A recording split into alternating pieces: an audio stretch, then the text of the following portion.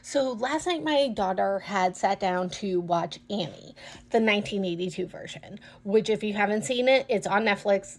Please go and watch it.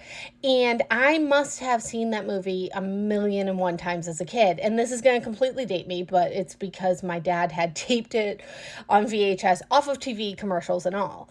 So when she started to watch it, she's asking questions and everything about what's an orphanage, why are they there? But I started to think, how accurate of a depiction is this? And, is Annie kind of a good way to get kids to learn about the Great Depression? And yes and no. I mean, you know, you've probably seen Annie. You're probably aware of, the basics of the story, that she's, that redhead orphan, and that she gets adopted by a billionaire. Clearly not what was happening to every kid or any kid during the Depression. But what I really wanted to know was this an accurate portrayal of what it was like for orphans during that time?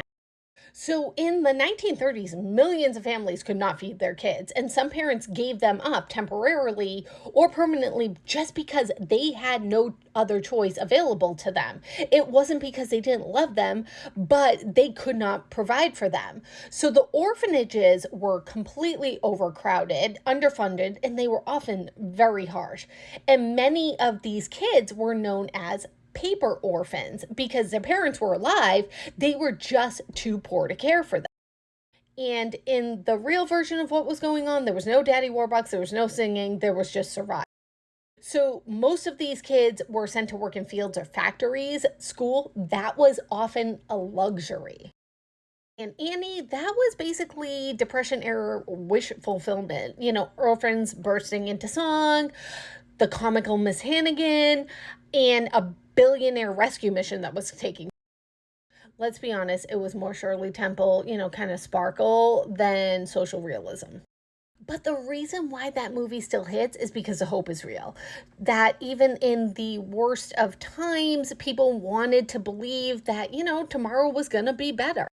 And if we're being honest, that is what got so many people through the Great Depression.